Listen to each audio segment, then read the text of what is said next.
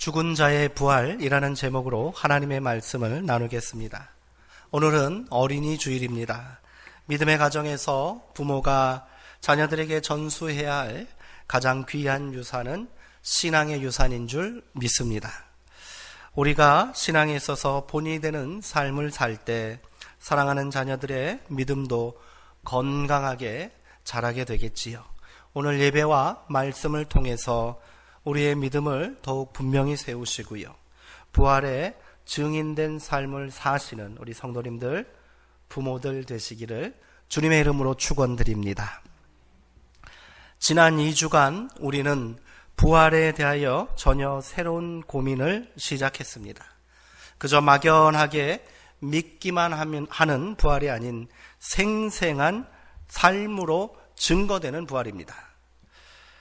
바울이 고린도전서 15장을 시작하면서 증인들의 명단을 열거한 이유도 여기 있다고 말씀드렸습니다. 그들은 단순히 부활하신 예수님을 목격한 자들이 아니라 부활하신 예수님이 드러난 삶을 사는 자들이다, 이렇게 말씀드렸습니다. 이 증인의 역사는 2000년의 세월을 넘어 오늘 우리의 믿음과 삶 속에도 면면이 이어져 오고 있는 줄 믿습니다. 바울은 본문 12절에서 그리스도께서 다시 살아나셨다 전파되었거늘 어찌하여 부활을 믿지 못하느냐 반문합니다. 당시 고린도 교회 내에 있었던 회의론자들만을 두고 하는 말은 아닌 것 같아요.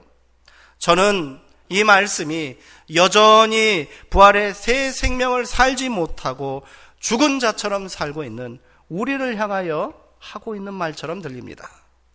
오늘은 부활절 네 번째 주일입니다.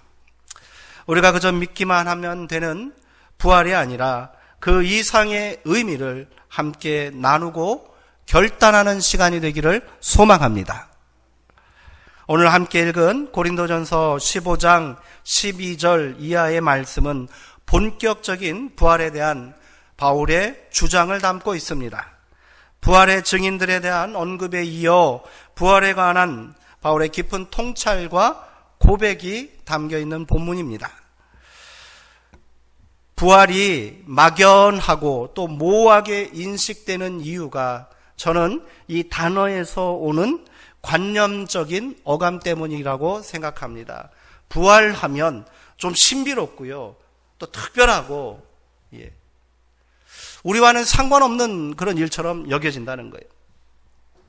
우리가 부활이라고 말하는 성경 구절은 모두가 다시 일어나다라는 뜻의 헬라어 아나스테미에서 파생된 명사로 되어 있습니다.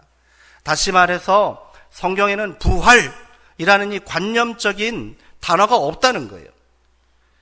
성경에 나오는 부활, 다시 살아남, 이것은 다 아나스테미, 다시 일어나다, 다시 일어나다라는 의미의 동사를 명사로 바꾼 거예요.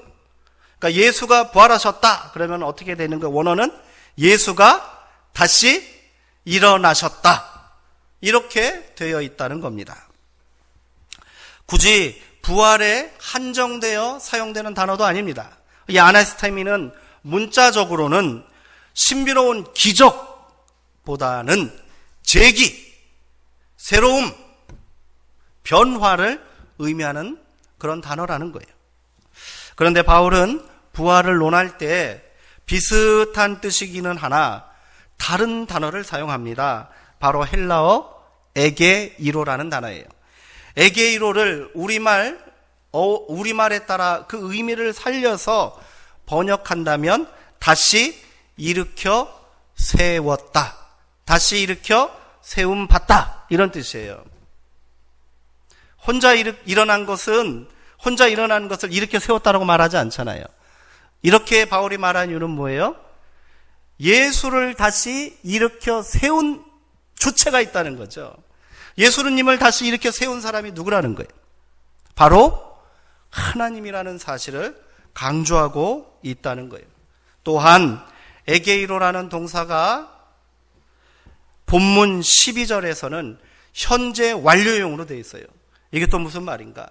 예수님의 부활, 예수님께서 다시 살아나시고 일어나신 사건은 현재예요, 과거예요? 시간적으로 과거잖아요. 고린도 교회 성도들의 입장에서도 과거고요. 오늘 우리에게는 더더욱 그러합니다. 그런데 12절 이하에 등장하는 예수가 다시 살아나셨다, 예수님이 부활하셨다라는 그 동사에게로는 뭘로 되어 있다고요? 과거가 아니라 현재형이에요. 그것도 현재 완료형이랍니다. 헬라어 문법에서 현재 완료형은요, 특별한 의미를 갖고 있어요. 과거에 일어났던 사건이 현재까지 영향을 미치고 계속해서 영향을 미치는 상태가 바로 현재 완료형입니다. 굳이 제가 헬라어 단어와 문법을 먼저 말씀드린 이유는 바울이 이렇게 성경에 기록한 이 단어를 특별하게 사용한 그 분명한 이유가 있다는 것이지요. 즉, 바울에게 있어서 부활이란 예수 개인에게 일어난 개인적이고 초자연적인 신비로운 사건이 아니라, 물론 그것과 동시에 믿는 자들에게, 오늘 나에게 일어나는 전혀 새로운 삶의 전환이요, 변화라는 의미를 담고 있다, 이렇게 말하고자 함이 아니겠습니까? 그것은 하나님의 우주적인 새 생명의 새 창조의 역사입니다. 지금 우리의 삶 속에도 계속해서 일어나고 있는 생생한 생명의 역사인 거예요. 이제 부활에 대한 관념적인 모호한 이해에서 벗어나야 합니다. 부활을 실제적으로 이해해야 하고요, 부활을 현재의 삶 가운데 고백해야 돼요. 그래야 우리는 비로소 부활의 증인된 삶을 살 수 있는 거예요. 부활을 죽음 이후에 사후에나 일어날 일이라고 생각하니까 이단들이 판을 치는 거예요. 14만 4천인이 휴거니 하는 말에 현혹되는 거예요. 현재의 삶에는 관심이 없는 거예요. 오늘 바울도 그렇지만 성경은 분명하게 말합니다. 오늘 당신들이 믿음의 자리에 서 있습니까? 그곳은 다시 일어나는 삶입니다. 즉, 부활의 삶입니다. 새로운 삶입니다. 변화된 삶입니다. 이걸 말하고 있다는 거예요. 우리의 믿음이 깨어나기를 소망합니다. 본문 중에 눈여겨볼 대목이 있습니다. 바로 13절입니다. 바울은 죽은 자 가운데 부활이 없다라고 말하는 사람들을 향하여 부활의 논거를 제시합니다. 그 첫 번째 되는 말씀이 바로 13절 본문이에요. 이 말씀을 우리 다시 한번 읽어보도록 하겠습니다. 13절의 본문을 한번 띄워주시죠.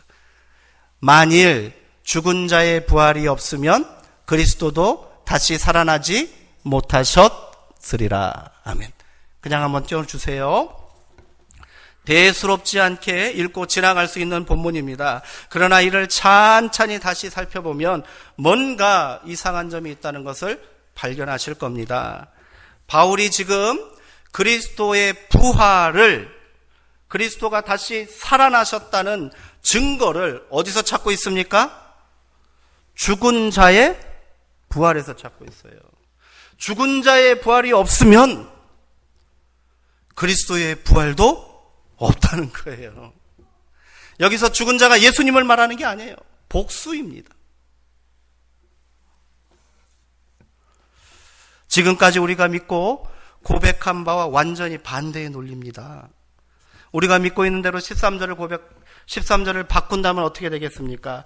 만일 그리스도가 다시 살아나지 못하셨다면 죽은 자의 부활은 없다. 이렇게 하는 게 일반적이에요. 우리가 믿고 있는 거예요. 바울이 순서를 착각하여 잘못 기록한 것이 아니라면 여기서 그가 강조하는 바가 분명히 있을 거예요.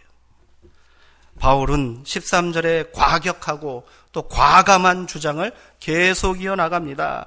그는 죽은 자들이 부활했다는 전제 아래 그리스도가 다시 살아나지 않으셨다면 우리가 전파하는 것과 우리의 믿음이 다 헛것이라고 말합니다. 계속해서 우리가 하나님 앞에 거짓 증인으로 정죄될 것이라고 말하기도 합니다. 그리고 만일 죽은 자가 다시 살아나는 일이 없으면 하나님이 그리스도를 다시 살리지 않으셨을 거예요. 죽은 자가 다시 살아나는 일이 없으면 하나님께서 그리스도를 다시 살리지 않으셨을 거라는 거예요. 더 나아가 16절에는 만일 죽은 자가 다시 살아나는 일이 없으면 그리스도도 다시 살아나는 일이 없을 것이다. 와. 충격적인 논거예요. 그렇다면 그리스도의 부활의 근거가 되는 죽은 자의 부활이란 도대체 뭘까요? 세상 사람들에게 죽은 자의 부활 이렇게 말하면 맨 먼저 뭘 떠오르겠습니까? 무덤을 떠올릴 거예요. 시체가 벌떡 일어나서 걸어다니는 것을 연상하겠지요. 아마 그리스도의 부활을 믿는다는 우리의 생각도 크게 다르지 않다고 생각합니다. 조금 더 나아가면 사후에 있을 종말론적인 사건으로 이해할 뿐입니다. 이처럼 부활을 사망 이후의 사건으로 이해한다면 바울의 주장은 앞뒤가 맞습니까? 안 맞아요. 억지 주장일 뿐이에요. 그렇다면 바울이 말하는 죽은 자는 분명 다른 의미가 있겠지요. 제가 다시 한번 헬라어를 말씀드려서 죄송합니다. 바울이 본문에서 말하는 죽은 자는 헬라어로 네크로스라는 단어입니다. 죽다라는 단어는 동사입니다. 그렇죠. 그런데 이 네크로스는 형용사예요. 죽다, 죽음이라는 단어, 일반적인 헬라어는 따로 있어요. 근데 바울은 특별하게 네크로스라는 단어를 본문에서 죽은 자에 사용하고 있습니다. 이 형용사가 사람을 뜻할 때는 복수의 의미를 갖는다는 거예요. 이것의 원뜻은 생기가 없는 죽은 것 같은 이라는 의미예요.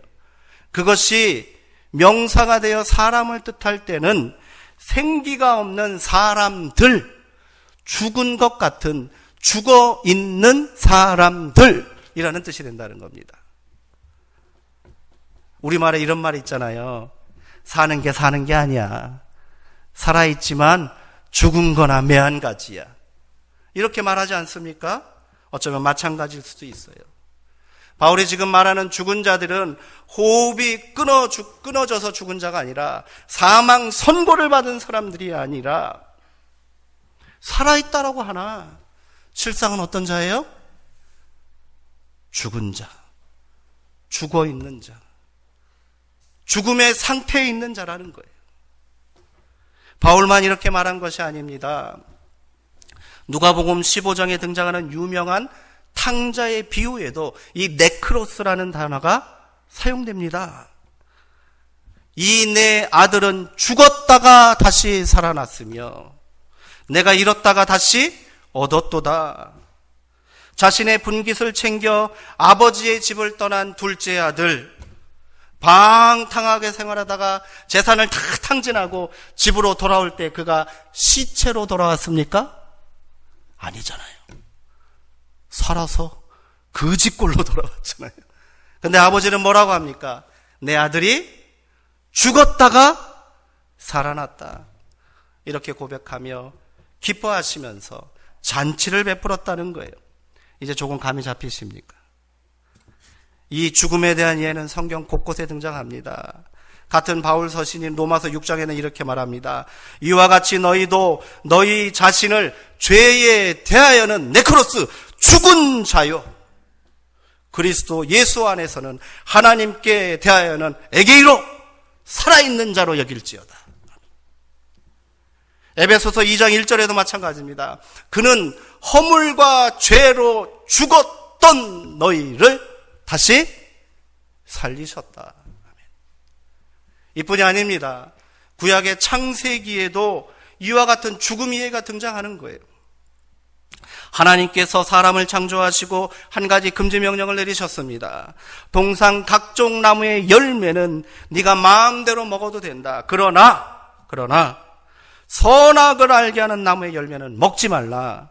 내가 먹는 날에는 반드시 죽으리라 이렇게 말씀하셨어요. 그러나 불행하게도 최초의 인간은 뱀의 유혹에 넘어가 하나님의 명령을 어기고 선악과를 먹고 말았습니다. 이것을 원죄라고 말하잖아요. 그러나 이들은 뱀이 말한 대로 선악과를 먹었는데도 안 죽었잖아요.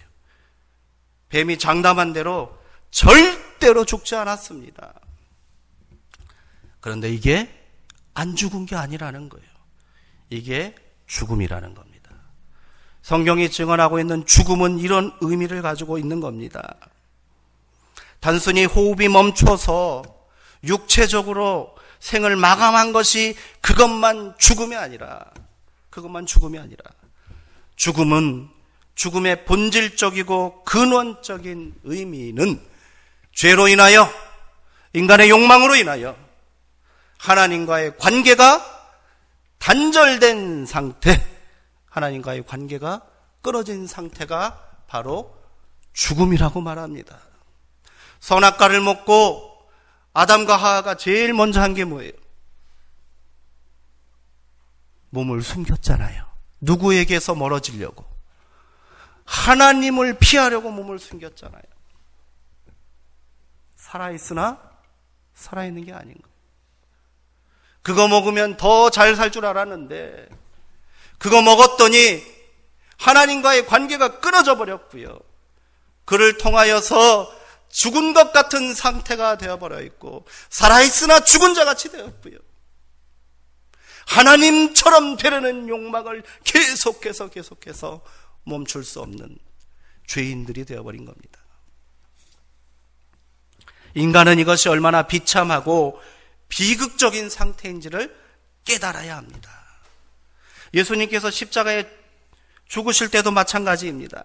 예수님은 비록 죄가 없으셨지만 십자가에 달려있는 동안 예수님은 의인이었어요? 죄인이었어요? 죄인이었어요. 로마법에 의해서, 유대법에 의해서만 죄인이 아니라 하나님 앞에서도 죄인이었습니다. 왜요?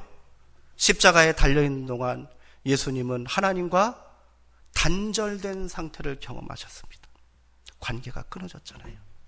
엘리 엘리 라마 사막다니, 나의 하나님 어찌하여 나를 버리셨습니까?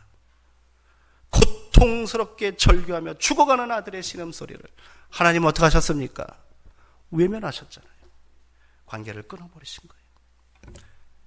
죄가 어떠한 것이고 죽음이 무엇인지를 보여주신 겁니다. 그런데 하나님께서 그 예수님을 다시 일으켜 세우심으로 우리 가운데 참된 삶과 부활이 무엇인지를 증언하신 줄 믿습니다. 그래야 부활을 논하기 이전에 우리는 이처럼 죽음이 무엇인지를 먼저 분명하게 깨달아야 합니다. 그래야 우리가 예배 때마다 암송하는 우리 사도신경이 있잖아요. 살아있는 자와 죽은 자를 심판하러 오십니다. 그것이 종말을 최후 심판을 염두하고 하는 고백만이 아니라는 겁니다. 지금도 우리 가운데 살아있는 자가 있고 죽어있는 자가 있다는 거예요. 예수님이 다시 오실 때 그것을 분명하게 심판하신다는 거예요. 내가 죽었는데도 죽은지도 모르고 살았던 사람, 심판받는다는 거죠. 이제 바울이 왜 죽은 자의 부활이 없으면 그리스도도 다시 살아나지 못하셨을 것이다라고 말했는지 깨닫게 되는 순간입니다. 그가 말하는 죽은 자는 예수님이 드러나지 않는 살아있다 하나 죽어있는 자들입니다. 이를 더 실감나게 바꿔보겠습니다. 하나님이 죄인들을 죽은 것 같은 삶의 자리에서 다시 일으켜 세우는 일이 없다면 그리스도가 다시 일으켜 세움 받았다고 증언할 수 없을 것이다. 하나님께서 죄인인 나를 죽음의 삶의 자리에서 다시 일으켜 세우지 않으셨다면 예수님은 부활하신 것이 아니다. 바울은 지금 이렇게 말합니다.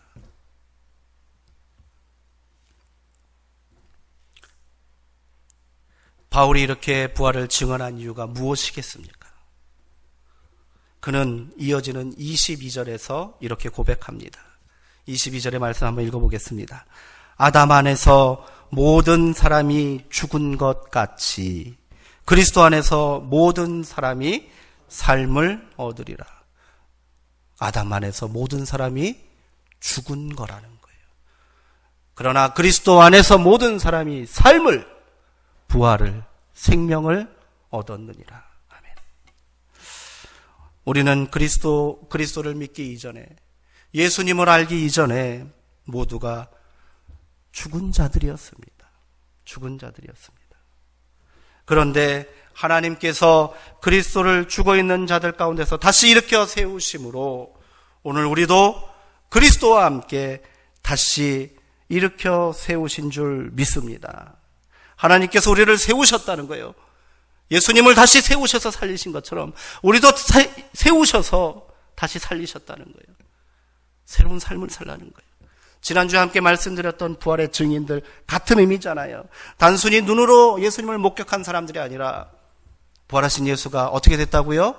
삶으로, 입술로, 행동으로 드러난 사람들이라는 겁니다.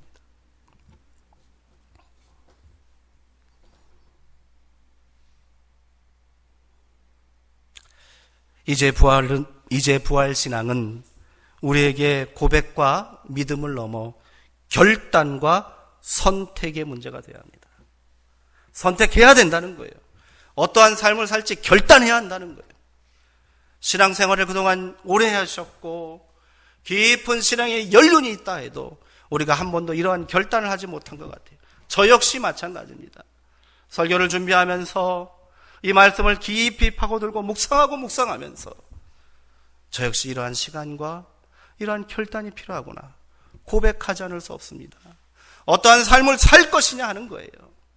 막연하고 모호한 믿음 생활에 만족할 것이냐, 죽은 자 그저 예수의 죽음과 부활을 알고 있으나 여전히 죽은 자처럼 살 것인가, 아니면 예수의 부활과 함께 나도 죽음의 자리에서 박차고 일어나 새 생명의 삶을 살 것인가 선택해야 한다는 거예요. 바울이 지금 말하고 있는 바가 바로 그겁니다. 바울이 주장하는 부활의 논거, 부활 신앙의 핵심이 바로 여기에 있습니다. 예수님께서 부활하셨음을 믿으십니까? 그렇다면 우리 성도님들도 함께 부활하셨음을 믿으십니까? 이제 오늘날의 삶의 자리에서 부활의 삶을 살기로 결단합시다. 이를 통해 죽어 있는데도 살아있다 착각하며 살아가는 저 불쌍한 영혼들에게 진정한 생명의 의미를, 삶의 방식을 우리가 온몸으로 증거해야 될 줄 믿습니다. 세속적인 성공과 돈의 욕망을 쫓아 악착같이 발버둥 치며 살았던 인생이 얼마나 허무한지를, 그것이 결국 나를 죽이고 관계를 파괴하는 비참한 죽음의 삶이라는 사실을 우리는 깨닫게 해야 합니다. 그러기 위해서 하나님의 자녀된 우리가 먼저 죽음의 역사에서, 죽음의 질서에서, 어둠의 그림자에서 그것을 떨치고 일어나 부활의 새 생명을 온몸으로 살아내야 될 줄 믿습니다. 계속해서 죽음의 역사와 맞서 싸우셔야 합니다. 내 안에 있는 죽음의 그림자와 맞서 싸우셔야 돼요. 바울은 역설적으로 말합니다. 나는 날마다 죽노라. 내 안에 있는 여전히 꿈틀거리고 있는 죽음의 본성, 죄의 본성을 죽이고 또 죽이겠다는 거예요. 내가 죽어야 그리스도가 사니까. 오늘 우리 가운데 이러한 결단과 고백이 있기를, 그리하여 우리 성도님들 각자의 삶의 자리와 자리마다 생명이 다시 살아나고요, 회복되고요, 변화되고요, 기쁨의 노래가 가득 찬 삶이 되시기를 주님의 이름으로 축원드립니다. 기도하시겠습니다.